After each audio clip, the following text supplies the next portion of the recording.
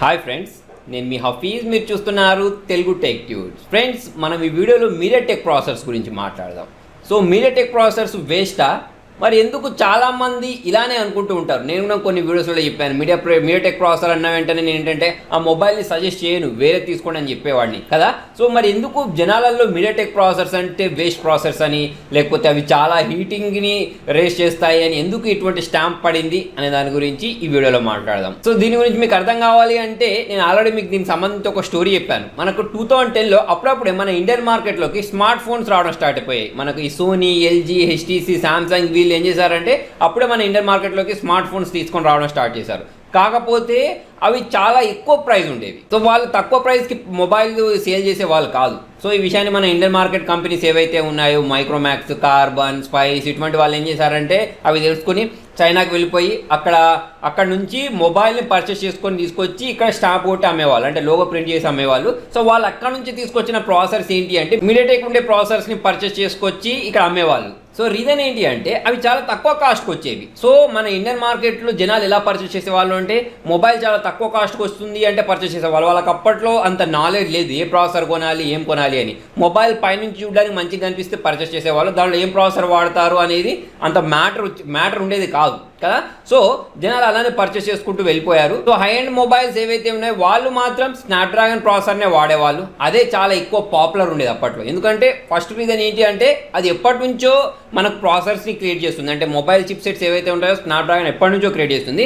తర్వాత మళ్ళీ మనకు గూగుల్ వచ్చింది మార్కెట్లోకి. గూగుల్ వచ్చిన తర్వాత వీళ్ళు ఏం చేశారు అంటే గూగుల్ వాళ్ళు స్నాప్డ్రాగన్ని దృష్టిలో పెట్టుకొని, స్నాప్డ్రాగన్ ప్రాసెసర్స్ ఉంటాయి కదా వాళ్ళని దృష్టిలో పెట్టుకొని ఈ ఆండ్రాయిడ్ డెవలప్మెంట్ స్టార్ట్ చేశారు అన్నట్టు. సో అందుకోసమే హై అండ్ మొబైల్స్లలో స్నాప్డ్రాగన్ ప్రాసెసర్ వాడారు. ఎందుకు స్నాప్డ్రాగన్ ప్రాసెసర్ వాడడం అంటే ఈ ఆండ్రాయిడ్ ఏదైతే ఉంటుందో అది స్నాప్డ్రాగన్ కోసం క్రియేట్ చేయడం వల్ల అది చాలా ఆప్టిమైజ్ ఉండేది. అంతే కదా. ఇప్పుడు చూడండి, నేను ఏదైనా డ్రెస్ కుట్టించుకున్నాను అనుకోండి, ఓకే, సో నాకు సరిపడేది ఉంటే నేను వేసుకుంటే నాకు కరెక్ట్ సూట్ అవుద్ది. అలా కాకుండా ఇదే డ్రెస్ నేను మీకు ఇచ్చాను అనుకోండి, మీ బాడీ కొలతలు వేరే అనుకోండి, సో అటువంటిప్పుడు అది మీకు కరెక్ట్ సూట్ కాదు కదా. సో ఇక్కడ కూడా ప్రాసెసర్స్లో కూడా ఇప్పుడు మనం చూసుకున్నట్టయితే ఆండ్రాయిడ్ అనేది అప్పట్లో ఎస్పెషల్లీ స్నాప్డ్రాగన్ కోసమే డిజైన్ చేయబడింది. సో అందుకోసమే అది చాలా ఆప్టిమైజ్డ్ ఉండేది దీంతో, స్నాప్డ్రాగన్ ప్రాసెసర్ తోటి. సో అవి చాలా మంచి పర్ఫార్మెన్స్ ఇచ్చేవి. నెక్స్ట్ వీటికి అప్డేట్స్ ఇవ్వడం కూడా చాలా ఈజీగా ఉండేది. ఎందుకు అని అంటే స్నాప్డ్రాగన్ కోసమే గూగుల్ అనేది ఆ సాఫ్ట్వేర్ని డెవలప్ చేసేది కాబట్టి. ప్లస్ ఏంటి అంటే దీని సోర్స్ కోడ్ కూడా పబ్లిక్ ఉంచేది. పబ్లిక్ ఉంచడం వల్ల వీటికి సంబంధించిన కస్టమ్ రామ్స్ ఏవైతే ఉన్నాయో వాటిని కూడా క్రియేట్ చేయడం ఈజీగా ఉండేది. కాకపోతే స్నాప్డ్రాగన్ ప్రాసెసర్స్ ఏవైతే ఉన్నాయో అవి చాలా కాస్ట్లీ ఉండేవి అప్పట్లో కదా. సో అందుకోసం జనాలు ఎక్కువగా తక్కువ ప్రైస్కి మొబైల్ దేనిలో వచ్చేది అంటే మీడియాటెక్ ప్రాసెసర్ యూజ్ చేసి ఉన్న మొబైల్సే చాలా తక్కువ ప్రైస్కి వచ్చేవి. ఇప్పుడు మన ఇండియన్ కంపెనీస్ వెళ్ళి చైనా నుంచి ఈ మీడియాటెక్ ప్రాసెసర్స్ని తీసుకొచ్చేవాళ్ళు. రీజన్ ఏంటి అంటే ఆబ్వియస్గా వాళ్ళకి చాలా తక్కువ పడేది, మనకు అమ్మడానికి కూడా చాలా తక్కువ రేట్కి అమ్మేవాళ్ళు. కాకపోతే ఈ మీడియాటెక్ ప్రాసెసర్స్ ఏవైతే ఉన్నాయో అవి ఆండ్రాయిడ్ తోటి అంత ఆప్టిమైజ్ అయ్యేవి కాదు. ఎందుకంటే ఇప్పుడు మన గూగుల్ అనేది చెప్పాను కదా స్నాప్డ్రాగన్ దృష్టిలో ఉంచుకునే వాళ్ళని ఓఎస్ని క్రియేట్ చేయడం స్టార్ట్ చేసింది. అయితే ఈ మీడియాటెక్ ప్రాసెసర్ తోటి కూడా మనకు ఈ ఆండ్రాయిడ్ అనేది నడిచేది, కాకపోతే స్మూత్ పర్ఫార్మెన్స్ ఇచ్చేది కాదు, హీటింగ్ ఇష్యూస్ వచ్చేవి. సో ఇలా చూస్తుండగానే మనకు 2014 వచ్చింది, టేబుల్ ఒకటేసారి టర్న్ అయిపోయింది. ఏంటంటే మనకు ఇండియన్ మార్కెట్లోకి మోటో జీ వచ్చింది.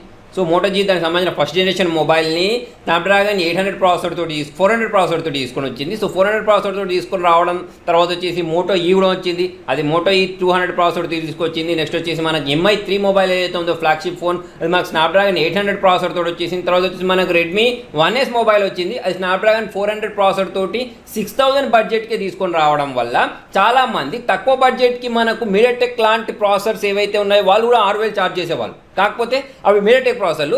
ఇక్కడ ఏంటంటే మనకు 6000 బడ్జెట్లోనే స్నాప్డ్రాగన్ ప్రాసెసర్ దొరికేవి. సో 6000కే మనకు స్నాప్డ్రాగన్ ప్రాసెసర్ దొరకడం స్టార్ట్ అయిన వెంటనే ఏం చేశారంటే చాలా మంది ఈ రెడ్మీ 1S మొబైల్ ఏదైతే ఉందో దాన్ని పర్చేస్ చేయడం స్టార్ట్ చేశారు.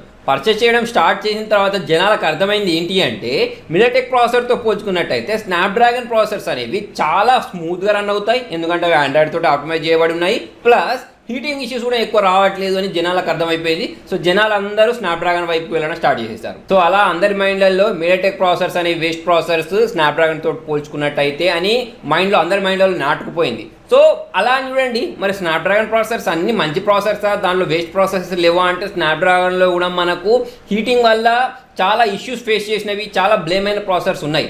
అవి ఏంటంటే Snapdragon 615 processor, Snapdragon 617 processor, Snapdragon 810 processors, ఇవన్నీ కూడా మనకు చాలా హీట్ని ప్రొడ్యూస్ చేసేవి. సో ఇవన్నీ ఫ్లాప్ ప్రాసెసర్సే. సో అలా చూస్తుండగానే 2018 వచ్చింది. 2018 రాగానే మళ్ళీ టేబుల్ అనేది టర్న్ అయింది. ఏంటంటే మళ్ళీ మనకు ఇండియన్ మార్కెట్లో చాలా పెద్ద పెద్ద మొబైల్ కంపెనీస్ అనేవి మీడియాటెక్ ప్రాసెసర్స్ని తీసుకొని రావడం స్టార్ట్ చేశాయి. అవి కూడా మంచి ప్రాసెసర్స్. మీడియాటెక్లో Helio P60 processor, AI based processor ఇది. సో ఆ ప్రాసెసర్ని తీసుకొచ్చిన వెంటనే ఏమైంది అంటే మన ఇండియన్ మార్కెట్లో మళ్ళీ మీడియాటెక్ ప్రాసెసర్కి సంబంధించిన జోర్ అనేది స్టార్ట్ అయిపోయింది. సో ఇప్పుడు మనకు చూసుకున్నట్టయితే మీడియాటెక్కి సంబంధించిన హీలియో P22, A22 ప్రాసెసర్లు కూడా చాలా మంచిగా ఉంటాయి. రెడ్మీకి సంబంధించిన మొబైల్స్లో వాడడం స్టార్ట్ చేశారు. రెడ్మీ అంటేనే మనకు స్నాప్డ్రాగన్ ప్రాసెసర్ వాడేవాళ్ళు. కాకపోతే వీళ్ళు ఇప్పుడు A22, P22కి సంబంధించిన ప్రాసెసర్ని వాడారు. ఎందుకంటే ఈ ప్రాసెసర్స్ ఏవైతే ఉన్నాయో మనకు 12 నానోమీటర్ టెక్నాలజీ మీద డెవలప్ చేయబడ్డాయి. సో ఇటువంటి ప్రాసెసర్స్ అనేవి మనకు స్నాప్డ్రాగన్ సంబంధించిన బడ్జెట్ ఫోన్స్లో కూడా చూడడానికి కనిపించవు మనకి 12 నానోమీటర్ ఏదైతే ఉందో. ప్లస్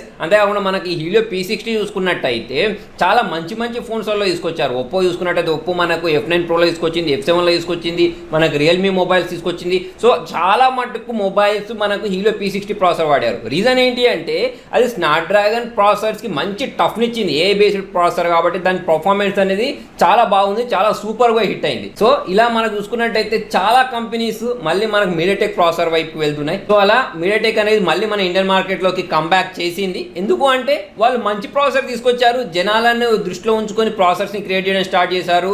తక్కువ ప్రైస్లో మంచి ప్రాసెసర్స్ ఇవ్వడం, మంచి స్పెసిఫికేషన్స్ ఇవ్వడం స్టార్ట్ చేశారు కాబట్టి జనాలు దాన్ని యాక్సెప్ట్ చేస్తున్నారు. సో త్వరలో P70 processor, Helio P70 processor కూడా రాబోతుంది. సో ఈ P60 స్నాప్డ్రాగన్ ప్రాసెసర్స్కి మంచి టఫ్ కాంపిటీషన్ ఇచ్చింది. స్నాప్డ్రాగన్ 636 ప్రాసెసర్ కూడా మంచి టఫ్ కాంపిటీషన్ ఇవ్వడం వల్ల జనాలకు ఒక ట్రస్ట్ అనేది బిల్డ్ అయింది. సో ఈ P70 కూడా మంచి పర్ఫార్మెన్స్ ఇచ్చినట్టయితే మన ఇండియన్ మార్కెట్లోకి ఇది కంబ్యాక్ చేస్తుంది. ఆల్రెడీ ఇప్పుడు కంబ్యాక్ చేసింది, ఇంకా పాతుకుపోద్ది అన్నట్టు. సో ఫ్రెండ్స్, మరి మీరేమంటారు? మీకు మీడియాటెక్ ప్రాసెసర్స్ ఇష్టమా, స్నాప్డ్రాగన్ ప్రాసెసర్ ఇష్టమా అనేది కింద కామెంట్లో రాయండి.